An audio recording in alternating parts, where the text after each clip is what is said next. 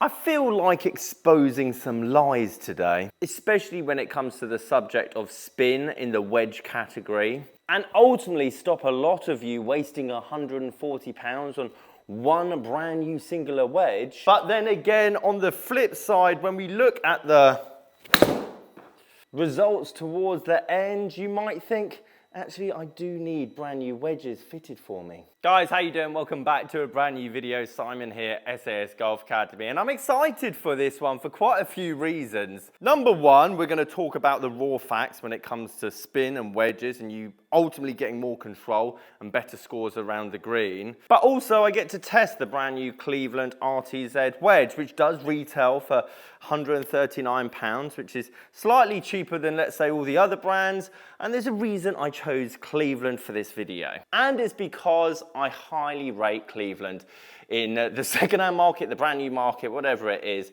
an unsung hero. And if we just look at how many tour pros actually use Cleveland in the bag at the moment, and actually how big their stable is, so there's a lot of pros actually choosing to use Cleveland wedges, shows testament to Cleveland as a wedge brand. However, before I introduce my other wedge, my bargain option, I do want to state that even though I want to talk to you about spin and how little difference in a dry room off a mat with a premium golf ball, how much spin I'm going to get from both of these wedges, let's not underestimate how important this game is. So when I see statements like this where it says change your wedges every 75 rounds, 80 rounds, 100 rounds, half of me is like, I don't know why I've kicked over there. Half of me is like, oh, for God's sake, shut your mouth, because the majority of amateurs haven't got the right impact factors to create that kind of spin and control, which we're going to talk about in this video. But then the other half of me, the golf coach side of it, is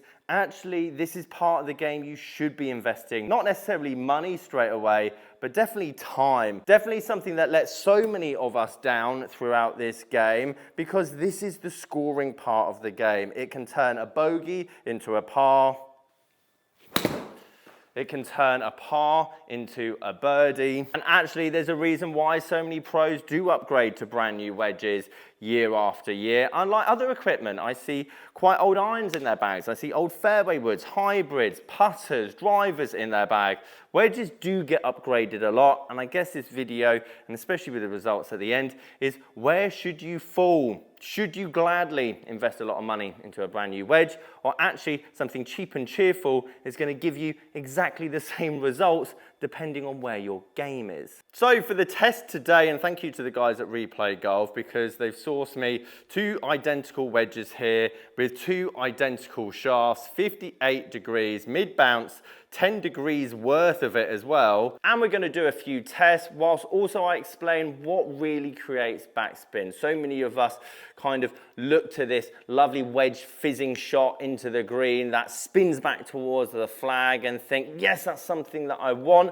And I just want to discuss, can you actually do that? And can you actually do that with an older wedge? And maybe you don't need a newer wedge, which is probably a good time for test number one.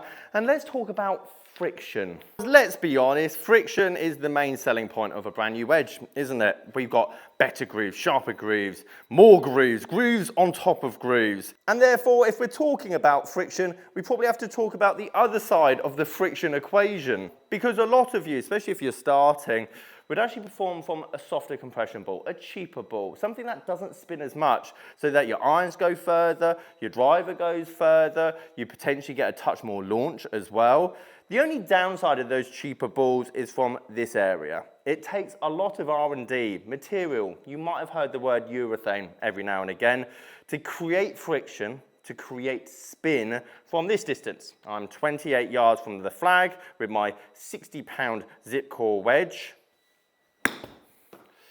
That is absolutely nipped, couple of bounces and a stop. What spin did I get there? 6,200 with this urethane Pro Plus from Vice. So what happens if I use the same wedge, same old wedge? We're not even going to mention the brand new wedge just yet. And I'm just going to use a Vice drive. Again, a good feeling, good sounding ball, drastically cheaper. I mean, I think it's around about £13 or £15 a dozen, something like that. And we're going to play the same shot as I just did there. Again, similar angle attack, similar club path there. And when we look at the ball data, both balls do as they promote. The Pro Plus is a lower launching, more high spinning ball. For a faster player, that makes sense because the faster you swing it, the more height you're going to get off a ball. With the Vice Drive, where, let's be honest, a beginner probably isn't practicing their pitch shots that much, their wedge shots, that control isn't necessarily a premium in their game at the moment. Okay, good numbers, but nowhere near. The reason this test is so great is because it shines a bit of clarity on the other tests that we're going to do. If you really want more control, more spin, more friction around the green, especially from the shorter shots, use more premium balls. Some of you might feel you can't do that because you lose too many golf balls. So you'd be losing £10, £20 per round. And there's nothing wrong with that, as there's so many good affordable balls out there that probably are better for your game anyway from the rest of the bag.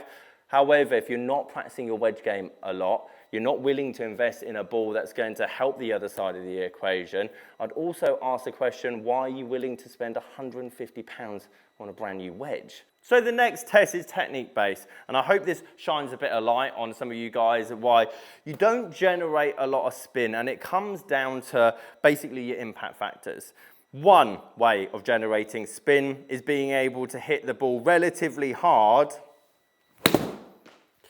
like that, for example, 80 odd miles an hour, pretty good spin for, let's say, a 60-pound wedge.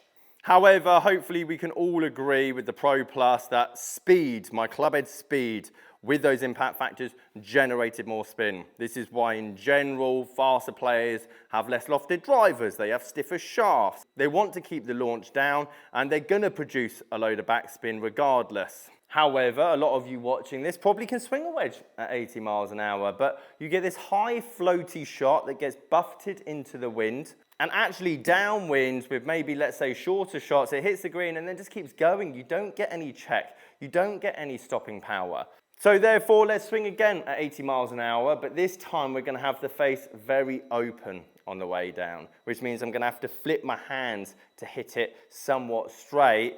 Just notice my efficiency, notice my spin rate. Obviously, my loft is then somewhat going to go up. I mean, that's a very aggressive flop shot. And as you can see, I swung that shot faster. Yet I got nowhere near the same distance. Why? Because there was no friction. I didn't produce friction. It wasn't this 60-pound wedge. It certainly wasn't that premium urethane Pro Plus ball. It's because my spin loft was too high to do anything about it. And just like test one, test two is to show you guys potentially why you don't need a 150-pound wedge just yet. Because if that looks like you're coming over the top, you know you flip your hands, you know you launch the ball too high anyway.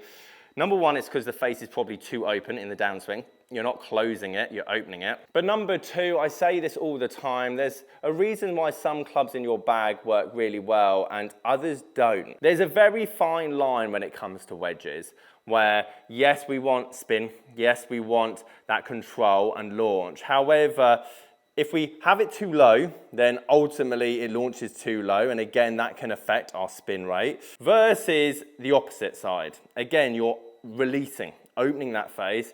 You could have the newest grooves in the world, you can have the most expensive ball in the world, but if you're gliding at impact, then ultimately there's no friction there, which means zero spin and not really that much control. It's why this game's so great, however, because that shot that I just showed you there is a flop shot. That player that I just talked about, probably great out the bunkers, that face nice and open, releasing it early, hitting the sand before the golf ball.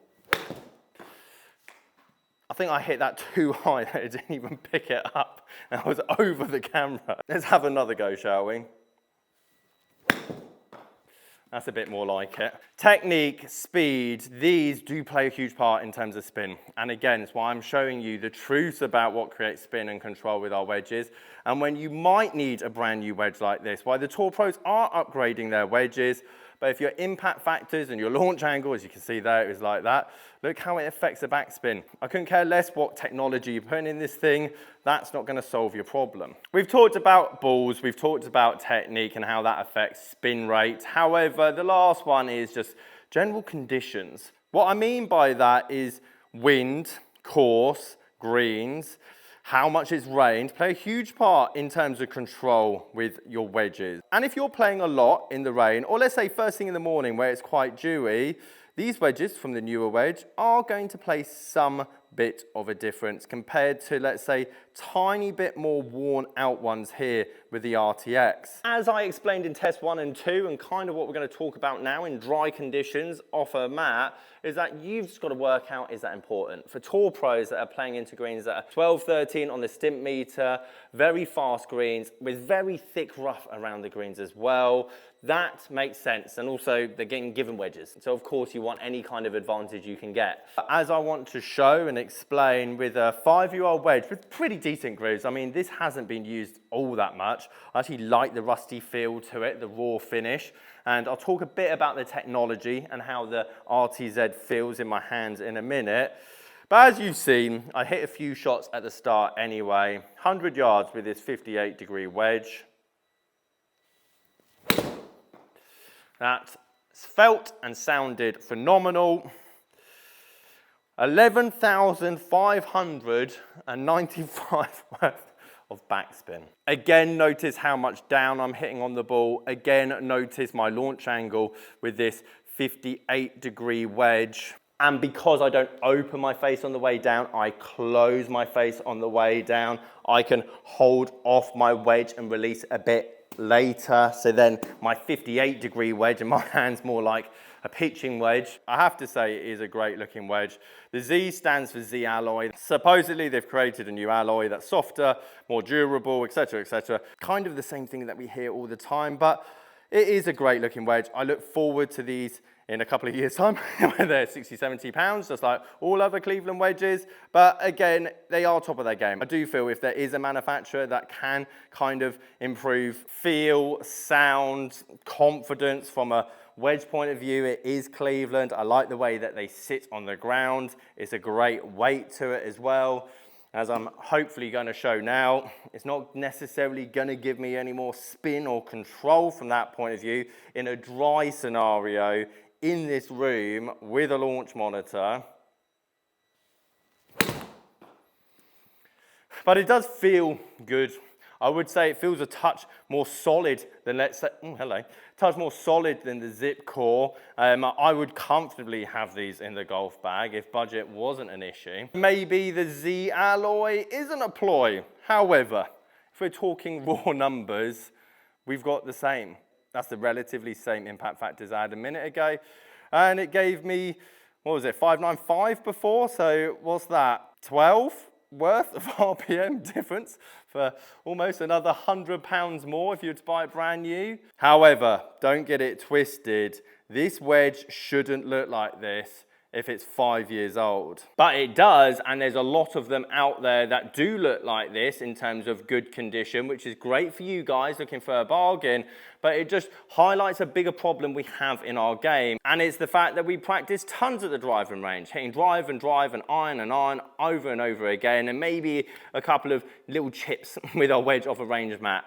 This, in a tour pro's hand, used at the grass range, short game area, 2 hours every day, which is kind of what it takes to be really good at this game. Of course it's only going to last 75 rounds. Of course it's only going to last a year at most. And ultimately, as much as these realistically aren't that different, I almost want you to consider and work that much on your wedge game area that spending almost £400 on a wedge set makes sense because you cherish that part of the game. You look forward to that part of the game. These are your instruments to realistically shooting any score that you want to. And realistically, when you get to that stage and you can tell the difference between two different golf balls, as well as different age of groove and wedges. And if that does become the case, I honestly believe Cleveland is one of the best in the business to be doing it right now. Guys, thank you ever so much for watching this video. Any questions, sasgolfacademy.com. Catch you guys later.